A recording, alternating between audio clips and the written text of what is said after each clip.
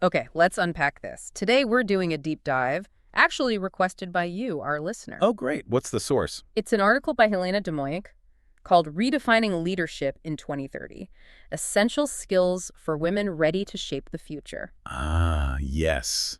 And that one's based heavily on the World Economic Forum's Future of Jobs report, the 2025 one, right? Exactly. So it's got that solid WEF data behind it. It really gives a compelling look at how leadership skills are changing. I mean, not just evolving, but fundamentally being reshaped. Yeah, and the focus seems to be on what's critical for success, maybe, in the next 5-6 years. Right. Especially for women aiming for those top roles. But honestly, it's relevant for anyone making talent decisions or, building teams for what's coming. So our mission today is to really dig into this report and Demoink's analysis, too. We want to pull out those key skills, the ones that are going to define leadership by 2030. And importantly, understand why this moment, this disruption, is actually being framed as a real opportunity. Especially for women, yeah. That's a key theme. Definitely. And that central finding from the WEF report, which the article echoes strongly, is just, the sheer speed of change in the skills landscape. It's unprecedented. Driven by what, mainly? Technology? Well, yeah, rapid tech advances are huge. But also the climate imperatives, you can't ignore those, and just general geopolitical instability. That's quite a mix. It's a trifecta that's completely altering what we need from leaders. Makes sense. You feel those forces everywhere, don't you? And the article points out this means leadership isn't just about, technical brilliance anymore. No, it's shifting, moving towards something much more complex. A fusion, really. A fusion of what? Sharp cognitive skills, deep emotional intelligence, and this interesting phrase they use, visionary stewardship. Visionary stewardship. Okay, what does that actually mean in practice? Leading with a vision. It's more than that. It's about leading with a really long-term view, thinking about the impact not just on the business, but on people, the planet, future generations. Right, like guiding people through all this uncertainty. Exactly that. While holding on to a clear ethical vision, it's strategy, yes, but blended with this sense of responsibility that goes beyond just the bottom line. Ah, okay. Visionary stewardship. I like that. It connects well with what the article calls the rise of human-centric leadership. Yes, and that paradox it highlights. Which is fascinating, right? Despite AI getting smarter and automation increasing. The most critical skills by 2030 are still fundamentally human. You'd almost expect it to be all coding and data science. And those are important, don't get me wrong. Tech fluency is key, we'll get to that. Yeah. But the foundational skills, things like analytical thinking, still number one. The top, okay. Yep, paired with creative thinking, resilience, and social influence. Resilience and social influence, those really jump out. The report shows leadership and social influence surged. What was it, 22%? Yeah, 22% jump just since 2023. That's huge. Wow, what's behind that massive increase? Well, I think it speaks to the complexity and uncertainty we just talked about. Yeah. Leaders need to be resilient. Bounce back from setbacks, navigate constant change. And the social influence part, is that just charisma? Not just charisma, no. It's more the ability to build trust, foster real collaboration, inspire diverse teams, lead effectively across different cultures, generations. So connecting with people on a deeper level, especially when everything feels like it's shifting underfoot. Precisely. You need that connection. And the article links this directly to strengths often seen in women leaders, doesn't it? It does. Things like collaborative problem solving, that deeper emotional intelligence. Empathy and active listening, specifically. Things maybe once seen as soft skills. Exactly. But now they're explicitly strategic, essential for managing diverse, multi-generational teams, creating inclusive cultures where people actually want to work. They're not just nice-to-haves anymore. No way. They're essential tools. The article gives a great example, actually. Sectors like insurance and pensions management. There, curiosity and lifelong learning are valued 66% higher than the global average. 66%? Yeah. Wow. It just shows how combining those relational human skills with a commitment to always be learning creates this real advantage, especially in industries that are evolving fast. So human skills are absolutely vital, but you can't ignore the tech side either. Definitely not. The article frames it as tech fluency as a leadership language. It's becoming a basic literacy. Kind of, yeah. It acts as an equalizer in some ways. Skills in AI and big data, Right. they're highlighted as the fastest growing demands. Right. But is it about being a coder? Not necessarily, and this is crucial. The leadership piece isn't just using the tech, it's the ability to ethically harness it. Ethically harness it, meaning? Understanding its potential, sure, but also its limitations. Applying it responsibly for innovation, for positive outcomes, not just because you can. So it's judgment, vision, alongside the technical know-how. Exactly. Judgment is key. The article mentions women in telecoms and IT services. For them, skills in networks and cybersecurity are now twice as critical as the global average. Twice. So even if you're not in a purely technical role in those sectors, you need that foundational understanding. You absolutely do. And this leads into that idea of augmented leadership the article talks about. Augmented leadership, meaning AI plus human. Sort of. With Gen AI moving so fast, it's becoming clear it's got limits, right? It can't really replicate nuanced human judgment or creativity or that ethical reasoning. Makes sense. So the most effective leaders, they'll be the ones who can blend AI's analytical power with their own distinctly human capabilities. Using AI to help make decisions, not to replace their leadership. You got it. Augment, not replace. That really clicks. AI can crunch data, spot patterns maybe we'd miss, suggest options. Sure. But it takes a human leader with creativity, empathy, that visionary stewardship we talked about to interpret it, add context, make the ethical calls. And reimagine strategies or systems entirely. Yeah. The supply chain example in the article was perfect.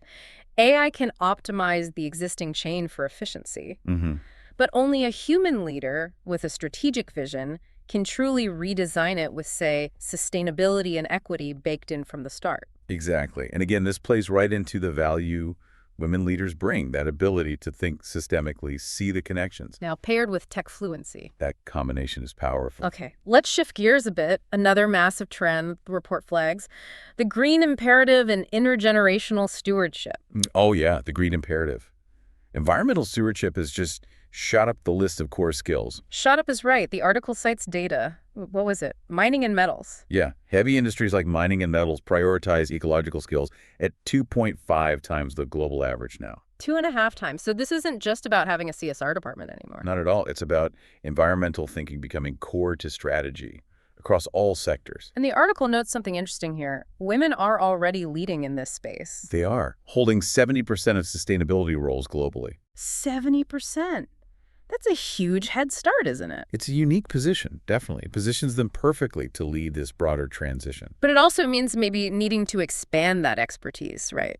Beyond just the traditional green roles. Absolutely.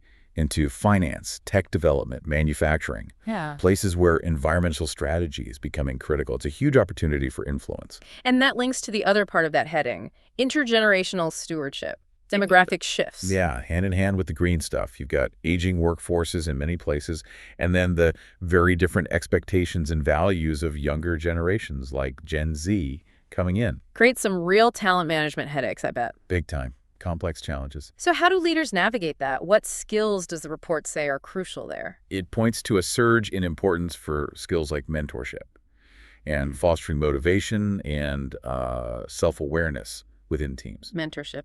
Makes sense. Bridging those generational gaps. Exactly.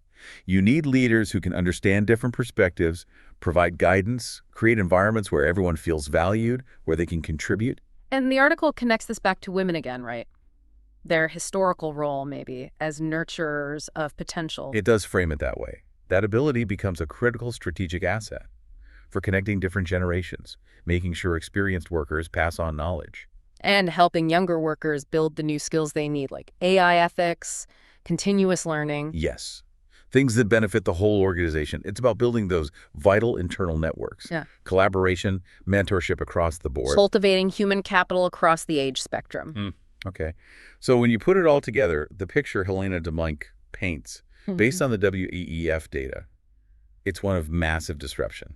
Yeah, that section from disruption to reinvention, a call to action, really hits that home. It says 39% of core skills will be disrupted by 2030. 39%. It sounds kind of scary. It does, but the article frames it differently, not as a threat, but as a canvas for reinvention, especially for women. How? Well, the skills becoming less important, like manual dexterity, wrote attention to detail. Maybe those were linked to more limiting roles historically. Ah, interesting point. So their decline is actually liberating. Potentially, yeah. a liberation from those constraints. That's a powerful reframe. And the report emphasizes the future rewards dynamic skills, right? Exactly. Curiosity, adaptability, resilience. Leading effectively when things are ambiguous, when the path isn't clear. Which brings us to that direct call to action in the article. Which is? Women need to be proactive, demand investment in their own growth, their own skill development to meet this future head-on. Can't just wait for it to happen. The report mentions upskilling efforts are already widespread, though. They are. 50% of workforces engaged in upskilling, rising to 63% in tech-driven sectors. So the mechanisms are often there. But you have to actively engage, advocate for yourself. Absolutely. Negotiate for personalized learning pathways, ones that blend that crucial AI and tech literacy with the leadership development we've been talking about. The human skills, the ethical understanding, the visionary stewardship. All of it. It needs to be integrated. And aligning your growth with where the demand actually is, like that energy and chemicals example. Right, where demand for environmental skills is outpacing global averages by 150%. That tells you where the big future opportunities are, where investing your learning time can have a massive impact. For sure. So when you synthesize all this, the rise of human skills, the need for tech fluency, the green urgency, the generational dynamics. What kind of leader emerges for 2030? It feels like the end of the specialist leader, the end of compartments. You can't just be the finance guru or the tech whiz or the people person anymore. Exactly. That era seems over. The future belongs to, well, the article uses the term polymaths. Polymaths, like Leonardo da Vinci. Huh? Not quite in the classical sense of knowing everything, but leaders who are fluidly literate across these different critical domains. Okay, so fluent in data and human dynamics. Strategic yet adaptable. Technologically empowered but grounded in purpose and ethics. That's the picture. And the article lays out a pretty clear mandate for women ready to step into this leadership renaissance. Which involves reframing resilience, not just surviving change, but thriving in it. Claiming a leading role on technology's ethical frontier, making sure AI helps humans flourish. championing green innovation as core strategy, not an add-on. Yep.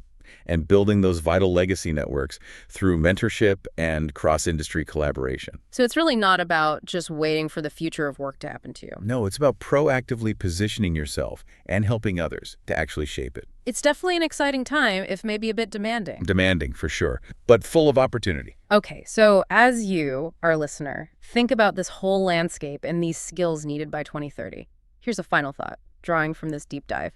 Consider how these skills, empathetic leadership, ethical AI use, environmental stewardship, mentorship, maybe they aren't just professional requirements anymore? Yeah. Are they becoming, perhaps, the essential capabilities we all need just to navigate and shape the world itself by 2030? Regardless of your job title, what aspect of this future skills picture feels most urgent or maybe most exciting for you to lean into next?